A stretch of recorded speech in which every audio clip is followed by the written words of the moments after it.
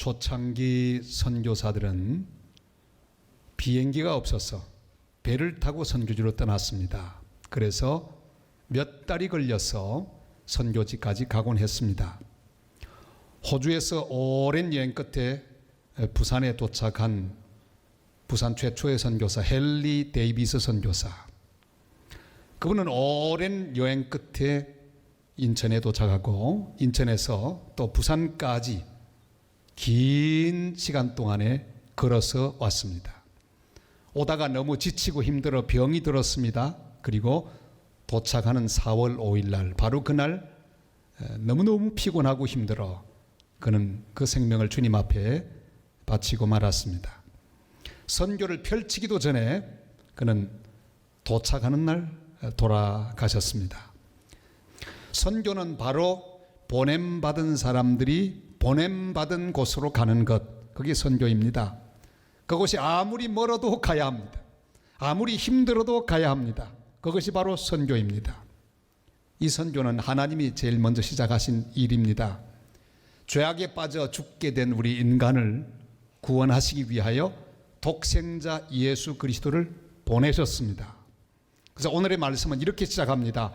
아버지께서 나를 보내신 것 같이. 21절이 말씀합니다. 다 같이 읽겠습니다. 예수께서 또 이러시되 너희에게 평강이 있을지어다. 아버지께서 나를 보내신 것 같이 나도 너희를 보내노라. 아멘. 산성 니카라과 단기 선교단은 먼 길을 다녀왔습니다.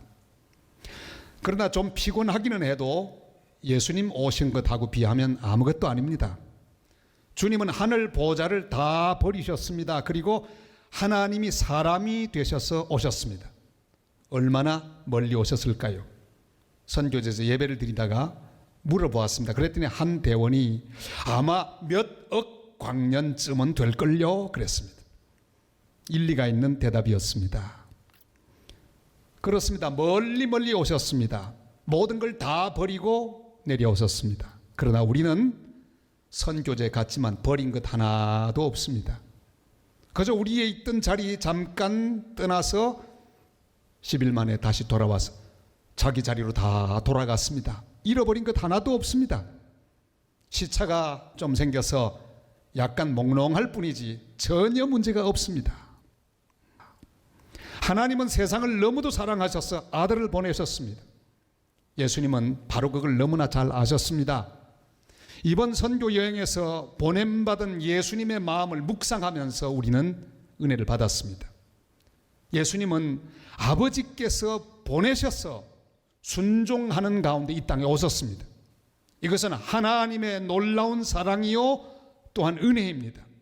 요한복음 1장 14절이 이렇게 말씀하죠. 다 같이요. 말씀이 육신이 되어 우리 가운데 거하심에 우리가 그의 영광을 보니 아버지의 독생자의 영광이요 은혜와 진리가 충만하더라. 아멘.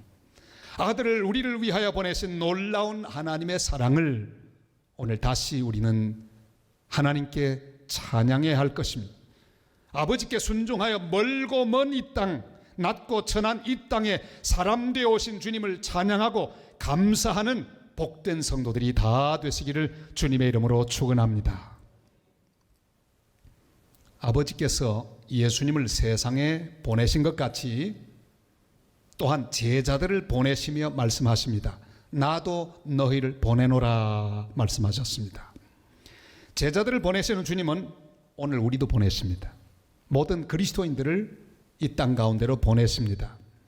주님은 처음부터 제자들을 보내셨습니다. 이 보낸다는 말, 거기서 바로 선교라는 말이 나왔습니다. 처음부터 성도는 선교적인 사명을 가진 존재로 부름을 받았습니다.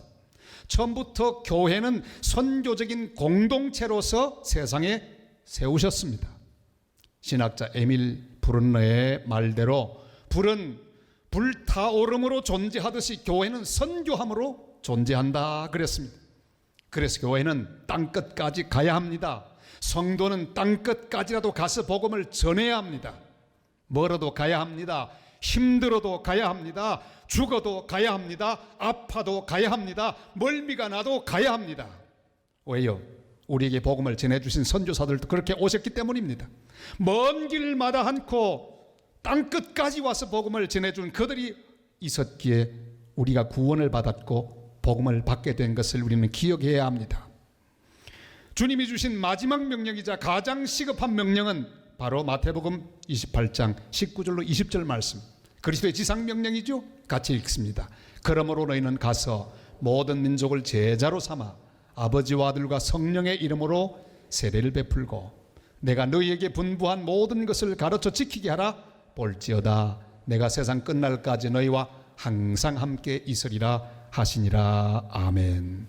가서 잃어버린 자를 찾아야 합니다. 하나님의 품을 떠난 탕자 같은 족속들을 불러야 합니다.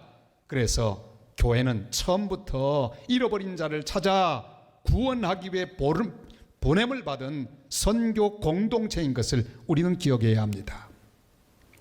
얼마 전에 한 TV 프로그램을 보았습니다. 어떤 이야기였습니다. 3살 난 딸을 잃어버린 54살 난 연순 씨의 이야기였습니다. 잃어버린 딸을 찾기 위해서 그는 부산 어느 곳에서 구두방을 차렸습니다. 아주 눈에 익은 곳이어서 가만히 보았더니 아마도 40계단 부근이 아닌가 하는 느낌이 들었습니다.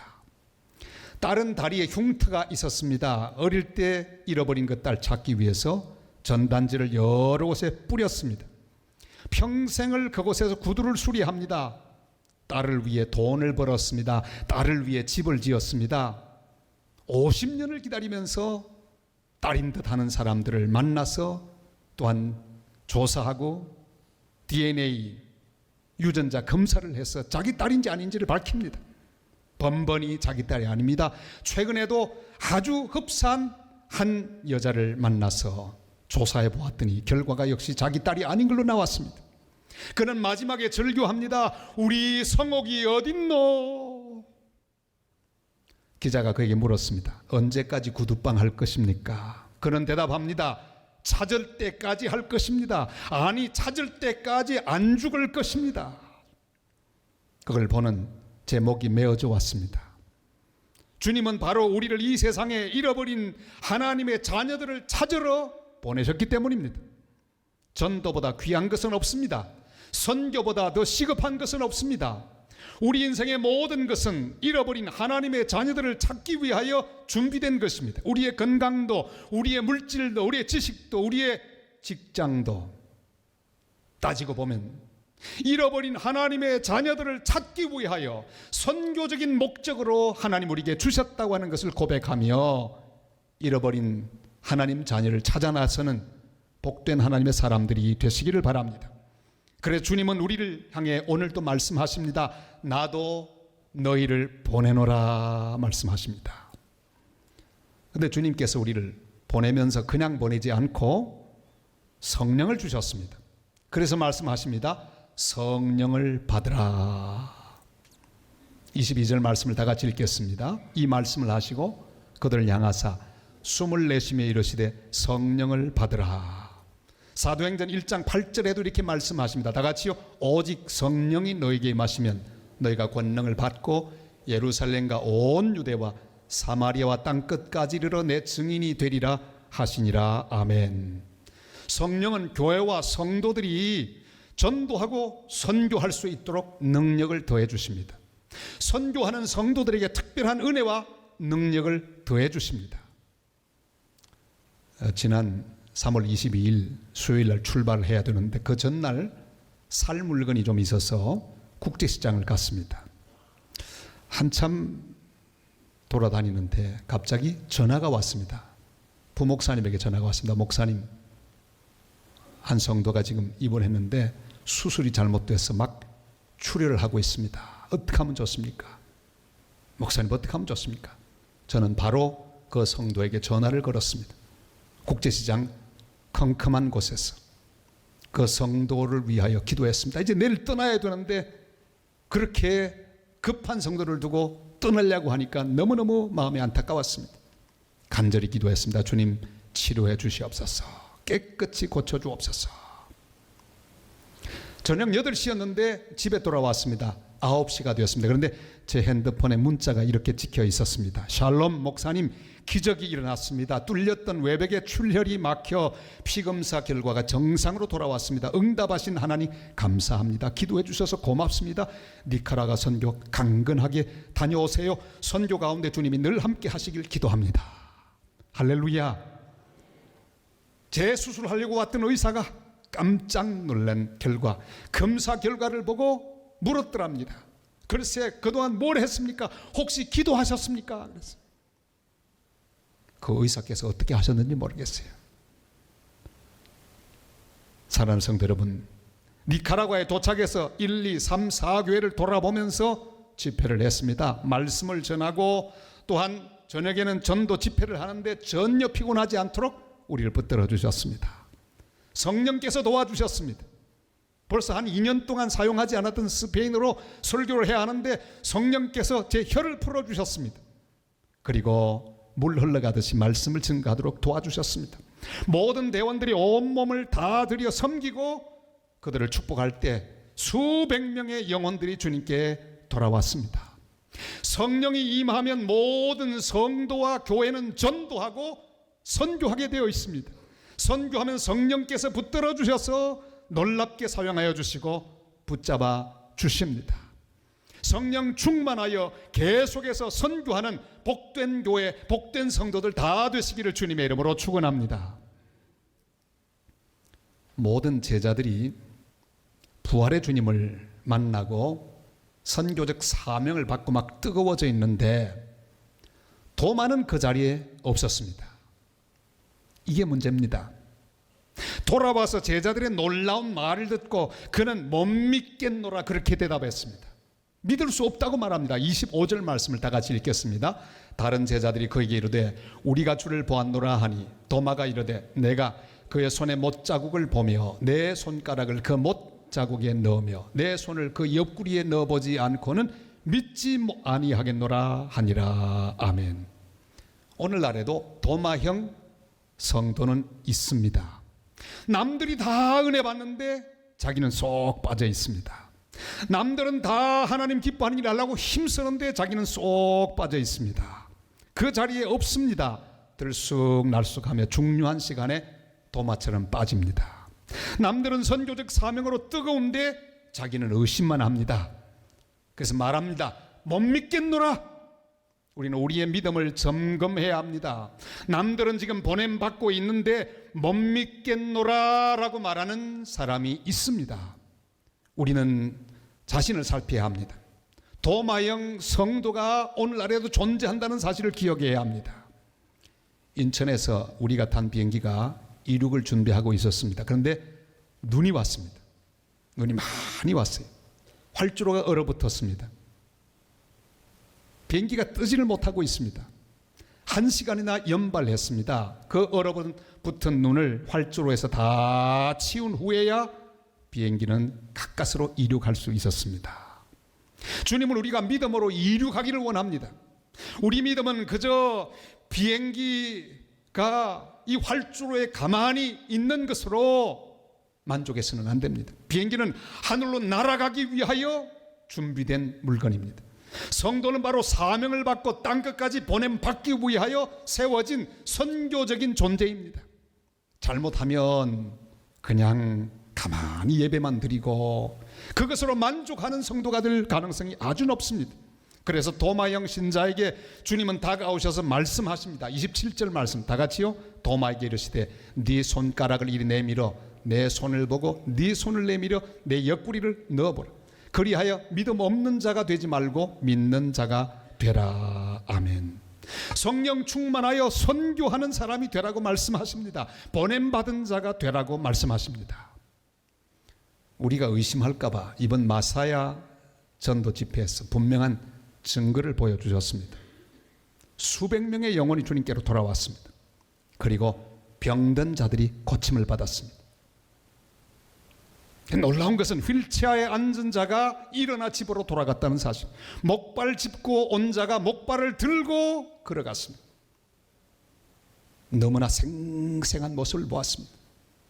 저분은요 하도 움직여서 사진을 여러 판을 찍었는데 다 흔들렸어요. 왜? 자꾸 움직이니까. 이걸 들고 얼마나 좋든지 빙빙빙빙 막 돌아다녀요. 그리고 그 상태로 주님을 찬양하고 집으로 돌아갔습니다. 자, 그런데 이 모습을 보고 한 대원이 이렇게 말했습니다. 야, 이거 짠 거 아니야? 그랬더니 같이 따라왔던 한 대원이 말했습니다. 아니야, 내 앞에서 일어나는 걸 내가 똑똑히 보았어. 한 사람은 짠 거라고, 한 사람은 분명히 자기가 증인이라고 말했어요. 할렐루야. 우린 주님이 하시는 일을 눈으로 보고 도마처럼 고백했습니다. 28절 말씀 다 같이 고백하겠습니다. 도마가 대답하여 이르되 나의 주님이시요 나의 하나님이시니이다. 아멘. 도마는 의심이 많았고 주님이 주시는 그 선교적 사명을 받고 있을 때 그 자리에 없었지만 그 뒤에 부활하신 주님을 새롭게 만나고 그는 확신을 가진 사람이 되었습니다. 인도의 선교사가 되어서 복음을 전하는 영광스러운 삶을 살다가 순교자가 되었습니다.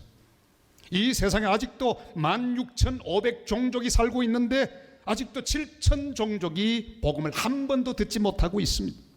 3분의 1 이상 되는 이 세계의 민족들이 아직도 주님을 모르고 있습니다.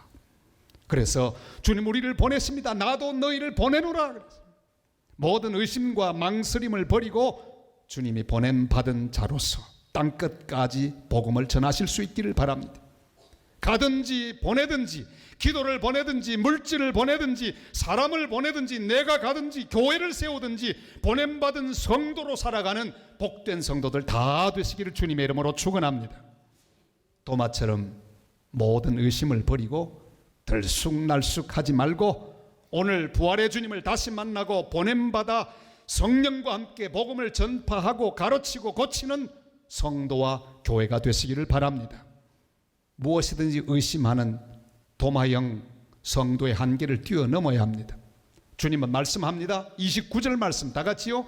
예수께서 이르시되 너는 나를 본고로 믿느냐 보지 못하고 믿는 자들은 복되도다 하시니라. 아멘. 사랑하는 성도 여러분, 제자의 뜻은 순교자라는 뜻입니다. 결국 도마도 주님의 제자로서 모든 의심 버리고 순교자가 되었습니다. 이번에 같이 왔던 다른 팀의 한 청년은 그 아버지가 아들이 믿음이 신통치 않은 걸 보고 늘 물었답니다. 너 예수님을 믿느냐? 그렇게 물으면 그 아들은 그렇게 대답했답니다. 아버지, 2000년 전에 살았던 그 예수님을 오늘 내가 어떻게 믿어? 그렇게 의심하던 청년, 이번에 같이 와서 큰 은혜를 받고 의심을 던져버리고 믿음의 사람으로 일어나 돌아가는 것을 보았습니다. 모든 의심을 던져버리고 부활의 주님을 믿고 순종하여 주님 다시 오실 때까지 전도하고 선교하는 복된 성도, 복된 교회 되시기를 주님의 이름으로 축원합니다.